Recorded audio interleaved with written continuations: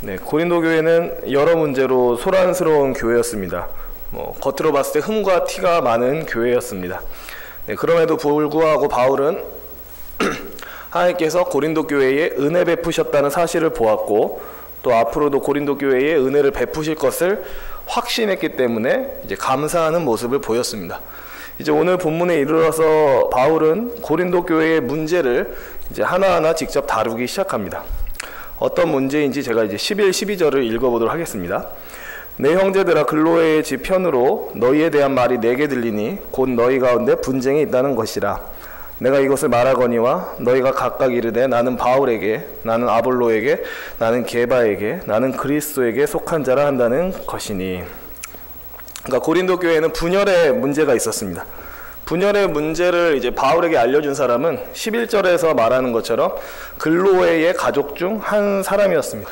분쟁의 문제는 이제 본문을 읽으시면서 보셨겠지만 고린도 교회의 교인들이 바울파, 아볼로파, 게바파, 그리스도파 이렇게 여러 가지 파로 분열되어 있었습니다. 그러니까 자기가 좋아하고 자기가 추종하는 사역자를 중심으로 교회가 쪼개져 있었던 겁니다. 당시 2000년 전에 로마 시대에는 이제 많은 세속 교사들이 있었고, 세속 교사들을 따르는 제자들이 일반적으로 보여줬던 모습 중에 하나는 뭐였냐면 자기 스승에게만 복종하는 모습을 보였고, 또 자기 스승의 업적을 자랑하고 또 다른 스승의 업적에 대해서는 질투하는 이러한 좀 모습들이 많이 있었다고 합니다. 그러니까 안 믿는 사람들 가운데서요. 근데 이러한 모습이 교회 안에도 고스란히 있었습니다. 그러니까 고린도 교회의 교인들이 세상 사람들이 하는 행동을 분별하지 못하고 교회 안에 그대로 가지고 온 겁니다. 자기가 추종하는 사역자를 두둔하고 그의 업적을 높이고, 다른 사역자를 추종하는 사람들은 깔보고 이렇게 분열하는 이런 모습이 있었던 것입니다. 바울 같은 경우는 고린도 교회를 세운 사도였고, 또 아볼로 같은 경우는 사도행전 18장에서 말하듯이 언변이 좋고 성경에 능통한 자였습니다. 아마도 아볼로는 성경을 잘 설명하고 현란한 말솜씨를 가지고 있었던 것 같습니다. 그래서 많은 사람들이 아볼로에게 호감을 느끼고 그를 추종했던 것 같습니다. 게바는 이제 베드로죠. 사실 베드로는 더 이상 설명이 필요하지 않습니다. 그는 초대교회의 대표격인 사람이었기 때문에 많은 사람들이 또 베드로를 추종했겠구나라고 추측하게 됩니다. 그럼 그리스도파는 뭐냐? 이제 학자들은 추측하기를 사람들이 게바파, 아볼로파, 바울파로 갈라지니까 우리는 그리스도를 따르겠다, 예수 그리스도를 따르겠다 라면서 또 따로 규합한 사람들이 아니냐라고 얘기를 하고 있습니다. 그러니까 이렇게 많이 파가 나눠져 있었다는 거죠, 한 교회 안에서. 그러니까 물론 성도들이 특정 사역자를 이제 다른 사역자보다 더 좋아할 수 있습니다. 그런 일이 이제 일어날 수 있습니다. 그것까지 그러면 안 됩니다. 모든 사역자를 다 똑같은 정도로 좋아해야 됩니다 라고 얘기하기는 좀 어려울 것 같습니다. 사람인지라 특정 사역자한테 더 마음이 갈 수도 있고 덜 갈 수도 있습니다. 그러니까 예를 들어서 어떤 사역자를 통해서, 어떤 사역자의 설교, 그의 돌봄을 통해서 은혜를 많이 받고 성장했다면, 가르침을 많이 받았다면 사람은 어쩔 수 없이 그 사람한테 마음이 더 끌리게 되어 있습니다. 나한테 많이 준 사람을 따르게 되어 있다는 거죠. 그 준 사람이 의도했건 안 했건 간에요. 또 하나님께서 주권적인 뜻을 따라서 어떤 사역자에게 성령 충만을 허락하시면 그 사역자가 손대는 사역마다 열매가 많이 맺힐 수 있습니다. 그럼 또 성도님들은 그런 사역자들을 봤을 때 뭔가 다른 사역자보다 더 빛난다고 생각할 수 있고, 그 사람을 더 우러러 볼 수 있습니다. 그 사람을 더 따를 소지가 있다는 거죠. 사람의 본성 자체가 자기 눈에 위대해 보이고 자기 눈에 아름답고 흠모할 만하게 보이면 자연스럽게 그 사람을 추종하고 그 사람을 모방하려는 경향이 있기 때문에 사실 교회 안에서 이런 일이 일어날 수는 있습니다. 특정 사역자를 다른 사역자보다 좀 더 좋아하고 호감을 갖는 일이 일어날 수는 있습니다. 하지만 문제는 이런 거죠. 특정 사역자만 이제 지나치게 추종한 나머지 다른 사역자들을 멸시하는 지경에 이르는 것은 위험합니다. 또 자신이 추종하는 사역자를 지나치게 따른 나머지 다른 사역자를 좋아하는 사람들을 어리석은 사람으로 폄하하는 건 역시 옳지 않습니다. 근데 고린도 교회는 이러한 지경에까지 이뤘던 것 같습니다. 당시 세상 사람들이 자기가 따르는 스승만 이제 스승에게만 충성하고 자기가 따르는 스승의 업적만 높였던 것처럼 고린도 교회 사람들도 자기가 두둔했던 사역자의 업적만 높이고 자기가 두둔하는 사역자의 이름만 높이고 그 외의 사람들은 어리석은 사람, 바보 같은 사람 하면서 편을 갈랐다는 거죠. 바울파는 바울을 두둔하고 아볼로파는 아볼로를 두둔하고 게바파는 게바를 두둔하는 모습이 실제로 있었던 겁니다. 그리고 사실 다 아시겠지만 이러한 모습과 비슷한 모습이 이제 현대 교회에서도 사실 심심치 않게 일어나고 있습니다. 제가 아는 이제 전도사 친구 같은 경우는 첫 사역지에서 좀 험한 그 일을 많이 당했습니다. 이미 교회를 갔더니 이제 특정 목사님들을 중심으로 교회가 쪼개져 있어서 그 가운데 껴서 이러지도 못하고 저러지도 못한 모습을 이제 보고 힘들어했던 기억이 있습니다. 물론 이제 그 교회는 이후에 좀 더 상황이 안 좋아지긴 했는데요. 그러니까 뭐 무슨 목사파, 그리고 또 뭐 부목사파 그런 교회도 있어서 교회가 전체적으로 막 시끄럽고 혼란스러운 교회가 몇몇 있습니다. 그런 교회는 이제 뭐 다 상상이 되시겠지만 어떤 냉기가 가득하고 긴장감이 항상 있습니다. 보이지 않는 긴장감과 냉기가 감도는 그런 교회들이 있습니다. 고린도 교회가 아마 이랬던 것 같습니다. 네 파로 확 나눠져서 각 파가 서로를 견제하고 자기가 추종하는 그 사역자만 우러러보고 냉기와 어떤 긴장감이 가득했던 그런 교회였던 것 같습니다. 이러한 상황에 대해서 바울이 이제 당혹감을 감추지 못하면서 이렇게 얘기를 합니다. 13절을 제가 한번 읽어보겠습니다. 그리스도께서 어찌 나뉘었느냐? 바울이 너희를 위하여 십자가에 못 박혔으며 바울의 이름으로 너희가 세례를 받았느냐? 그러니까 바울이 고린도 교회에 존재하는 여러 파당에 대해서 당황하면서 이제 얘기를 합니다. 예수님이 어떻게 나뉘었느냐라고 얘기를 합니다. 이 말을 풀어서 말하자면 이렇게 받아들이시면 됩니다.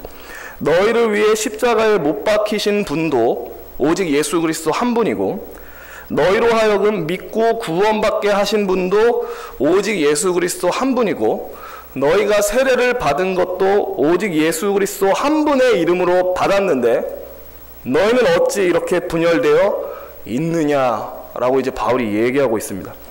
교회의 머리는 오직 예수 그리스도 한 분인데 그의 몸된 지체인 너희는 왜 이렇게 나뉘어져 있느냐라고 지금 바울이 물어보고 있는 겁니다.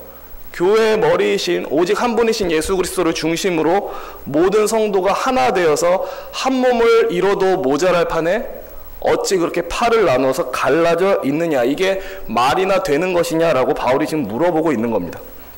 이어서 바울이 얘기를 합니다. 14, 16절에 보면은 이제 사람들의 이름을 언급하면서 얘기를 하는데요. 그러니까 바울의 말하는 요지는 이겁니다. 이제 교회가 나누어지는 게 말이나 되느냐? 예수 그리스도 한 분 안에서 우리가 하나 되는 것도 모질란데 어찌 각파로 나눠져 있느냐라고 얘기를 한 다음에 내가 많은 사람들에게 세례를 베풀지 않았음에 감사한다는 얘기를 합니다. 갑자기.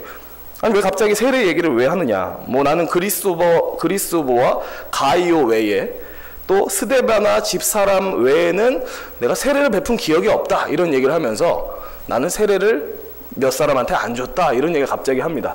그리고 왜 그러냐면 바울이 세례라는 그 예식 자체를 평가절하했기 때문에 이렇게 얘기하는 게 아니라 당시 특정 사역자한테 세례를 받는 것이 좀 잘못된 의미로 받아들여졌기 때문에 그렇습니다. 예를 들어 이런 겁니다. 바울에게 이제 세례를 받은 사람만 바울파에 들어갈 수 있다라고 사람들이 생각을 한 거죠. 아볼로에게 세례를 받은 사람만 아볼로파에 들어갈 수 있다고 생각을 한 겁니다.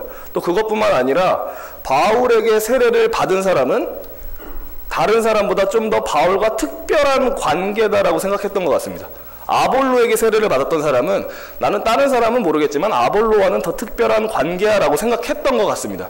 그러니까 세례는 사실 교회의 분열을 조장하는 예식이 전혀 아닌데 그러니까 삼위 하나님의 이름으로, 그러니까 한 분 하나님의 이름으로 베풀어지는 예식임에도 불구하고 이 사람 저 사람을 통해서 세례를 베풀어질 때 사람들이 그 세례에 따라서 갈라졌던 겁니다. 난 아볼로에게 세례를 받고 싶어. 왜냐하면 난 아볼로 파가 되고 싶거든. 나는 뭐 누구에게 세례를 받고 싶어. 혹은 누구에게 가르침을 받고 싶어. 이렇게 하면서 나눠졌다는 겁니다. 근데 이제 바울이 얘기를 하죠. 하지만 나는 세례를 많이 준 적이 없다. 그러니까 이 말은 이런 거죠. 나는 세례를 통해서 바울 팔을 만들고 싶은 생각이 조금도 없다라는 겁니다. 세례를 사용해서 특정인들을 내 이름 밑으로 불러 모으는 것에 나는 관심이 전혀 없다라는 겁니다. 바울 팔을 만드는 것에 대해서 애초에 생각조차 안 했다라는 겁니다. 그리고 이어서 17절에서 이렇게 얘기를 합니다. 17절 말씀을 같이 읽었으면 좋겠습니다. 우리 17절 말씀 함께 읽어보도록 하겠습니다. 그리스도께서 나를 보내심은 세례를 베풀게 하려 하심이 아니요 오직 복음을 전하게 하려 하심이로되 말의 지혜로 하지 아니함은 그리스도의 십자가가 헛되지 않게 하려 함이라. 아멘. 바울이 얘기를 합니다. 나는 세례를 베풀기 위해 온 사람이 아니다. 좀 더 풀어서 얘기하자면 그러니까 그릇된 세례를 말하는 겁니다. 당시 고린도 교인들이 잘못 이해하고 있던 세례입니다. 그릇되게 이해된 그 세례를 통해서 내 팔을 만들기 위해서 온 사람이 아니라 나 바울은 예수 그리스도의 복음을 전하기 위해서 온 사람이라고 얘기를 합니다. 그러니까 다시 한번 못 박아서 얘기를 하는 거죠. 나는 바울파나 무슨 파나 특정인을 추종하는 세력을 만들기 위해서 온 것이 아니라 원수된 것을 화평하게 하시고 하나 되게 하시는 예수 그리스도의 복음을 전하기 위해서 온 사람이다. 내가 만약에 팔을 가룬다면, 내가 팔을 나눠지기를 조장한다면 나는 십자가를 헛되게 만드는 사람일 것이다 라는 의미로 얘기를 합니다. 그러니까 이렇게 어지럽고 분열된 교회에 대해서 바울이 내리는 권면은 이제 다음과 같습니다. 10절 형제들아 내가 우리 주 예수 그리스도의 이름으로 너희를 권하노니 모두가 같은 말을 하고 너희 가운데 분쟁이 없이 같은 마음과 같은 뜻으로 온전히 합하라. 그러니까 바울이 권면을 합니다. 예수 그리스도의 이름으로 너희를 권한다. 예수 그리스도의 이름으로 권한다는 말은 예수님의 권위로 명한다는 뜻이고요. 좀 더 얘기를 하자면 지금 바울이 얘기하고 있는 명령, 너희가 한 마음 한 뜻으로 합하라는 이 명령 자체가 곧 예수 그리스도의 뜻이라는 말입니다. 예수님께서 너희 고린도 교회에게 원하신다. 너희가 한 마음 한 뜻으로 합하고 같은 말과 또 같은 행동을 하기를 원한다라고 그렇게 권면을 합니다. 그들은 진리나 교리에 있어서 같은 것을 말해야 했고 또 특정한 사역자를 따라서 분쟁이 없었어야 됐습니다. 그러니까 눈에 보이는 사역자를 바라보는 것이 아니라 믿음의 주요 온전케 하시는 예수 그리스도 한 분을 향한 동일한 마음과 뜻을 가져야 했던 겁니다. 물론 우리는 다시 말씀드리지만 인간인지라 내게 은혜를 많이 끼친 특정 사역자를 더 좋아하고 존경하는 마음이 들 수 있습니다. 사람인지라. 하지만 그럼에도 우리가 항상 기억해야 되는 것은 너무나 당연하게도 나에게 생명을 주시고 날 변화시키신 분은 하나님이시지 그 사람이 아니다라는 겁니다.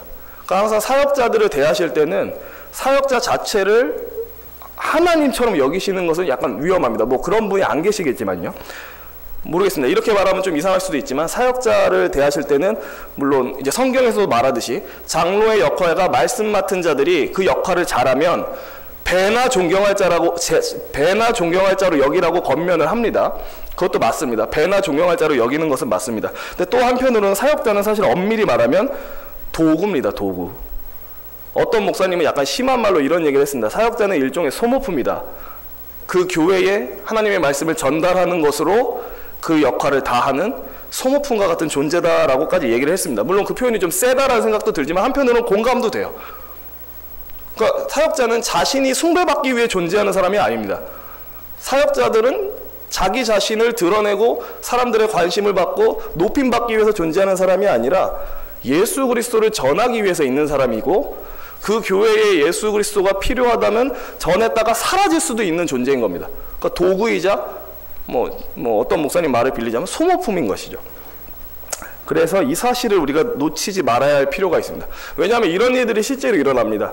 특정한 사역자를 너무 추종하면 그 사역자가 사라졌을 때 그 사람의 믿음도 같이 꺾입니다. 그러니까 그런 것을 봤어요. 제가 청년 시절에 어떤 누나가 있었는데 어떤 목사님을 되게 좋아했던 것 같아요. 부목사님이 오셨었는데 근데 그 부목사님이 1년 계시다가 그러니까 미리 청년들한테 말도 하지 않고 다른 교회로 가버리셨어요. 그래서 그 누나 같은 경우는 그 목사님을 되게 잘 따랐는데 갑자기 말도 없이 사라지니까 이제 슬럼프에 빠졌죠. 큰 상심을 하고 그래서 약간 물론 나중에는 회복됐지만 그 당시는 약간 신앙에 있어서도 약간 쩔뚝거리는 모습을 보였습니다. 또 그게 상처가 돼서 그 이후에 오는 사역자들한테는 마음을 열지 않는 그런 모습을 보여주기도 했습니다. 또 저도 뭐 그런 걸 봤죠. 뭐 특정 사역자를 많이 따르던 자들이 그 사역자가 다른 교회로 옮겨버리면 갑자기 신앙생활에 있어서 퇴보하는 그런 모습을 보입니다. 물론 곁에서 이제 돌봐주고 신경 써주는 사람이 없어서 그럴 수도 있지만 한편으로는 보이지 않는 하나님보다 눈에 보이는 하나님을 너무 따랐기 때문에 그런 문제가 생기기도 합니다. 그래서 항상 기억하셨으면 좋겠습니다. 말씀을 잘 맡아서 전하는 사람들, 또 장로의 직분들을 잘 행하는 사람들은 배로 존경할 사람들이 맞습니다. 하지만 그들은 하나님이 아닙니다. 그들은 교회를 위해서 하나님이 세우신 도구이자 소모품이지 그 자체가 대단하고 위대하고 영원히 기억되고 숭앙받아야 할 그럴 존재들은 아닙니다. 말씀을 마치겠습니다. 만약 하나님께서 특정한 사역자를 통해서 많은 은혜를 베푸셨고 또 혹은 베풀고 계시다면 다시 한번 시선을 정해서 사람을 바라보지 마시길 바랍니다. 오직 하나님께서 주권적인 뜻에 따라 각 사역자를 통해 나를 기르시고 성장시켰다는 사실을 기억하면서 하나님께 감사하고 그분께 끊임없이 시선을 맞출 수 있었으면 좋겠습니다. 그래서 우리가 믿음의 주요 온전케 하시는 예수 그리스도 한 분 안에서 한 마음과 한 뜻으로 합하는 그런 복이 있기를 주님의 이름으로 기원합니다. 기도하겠습니다. 하나님 아버지, 진실로 그렇습니다. 죽어있던 우리의 영혼을 살리신 것도 하나님이시오, 예수 그리스도를 구주로 믿게 하신 것도 하나님이시오, 거룩한 삶을 살고자 하는 열망을 주신 것도 하나님이십니다. 물론 하나님께서 이 일을 하시기 위해서 사역자들을 사용하시고 그들이 선포하는 말씀을 사용하시고 그들의 돌봄을 사용하시지만 사실 그것은 그 사람의 돌봄이 아니라 하나님의 돌봄인 줄 믿습니다. 우리가 항상 이 시선을 가지고 사람을 바라보는 것이 아니라 하나님을 바라보며 한 주 예수 그리스도 안에서 한 마음 한 뜻을 갖고 연합되어지는 온전한 교회 되게 하여 주시옵소서. 모든 것을 주님께 의탁드리며 예수 그리스도의 이름으로 기도합니다. 아멘.